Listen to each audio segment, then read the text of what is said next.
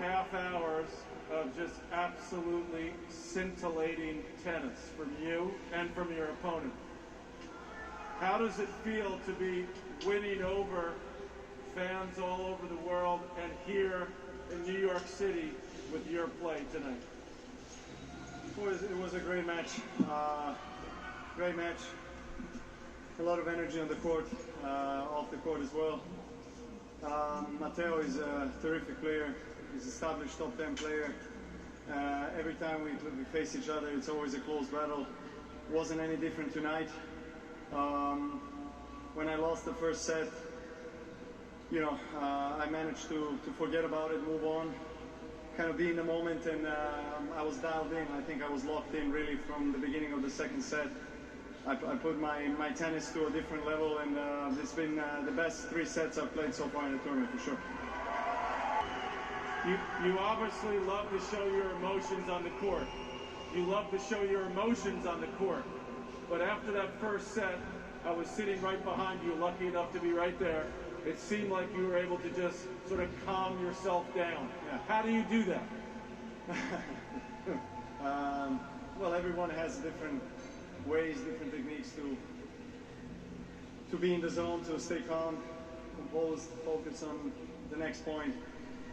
In sports, we talk about that a lot, being in the zone. It's probably the hardest place and hardest thing to get, and most difficult place to stay in. Very difficult to get there, very easy to go out from there, easily to get distracted. And tennis is an individual sport. You have to deal with your things by yourself. No one to rely on, and I think it gives us a lot of wonderful life lessons. It gives us mental strength, and every match that I get to play on this amazing stadium is an additional lesson for me, and also possibility to improve. You've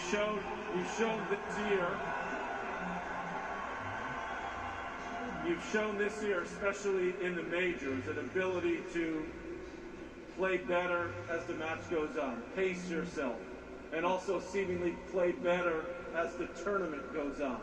And it sounds like you feel like you've done that tonight.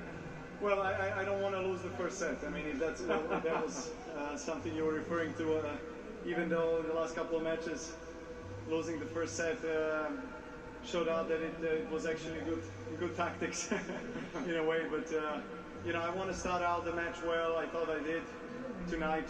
I had some break points midway in the first set, but he has one of the best serves in the game. There's a reason why they call him a hammer in the tennis game. He's got the big serve and forehand, next to Del Potro, probably the biggest serve and forehand we have in tennis. So I had to be really focused on every point, not allowing to come back to the match. I mean, I think it was a great performance overall. And a big forehand.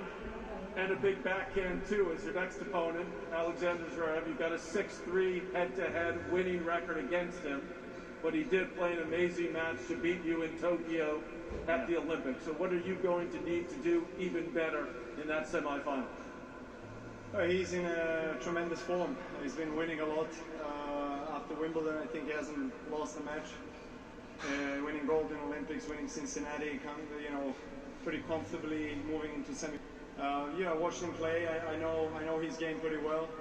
As you mentioned, we played recently a month ago in Tokyo. I was set in a breakup, and he managed to turn that around.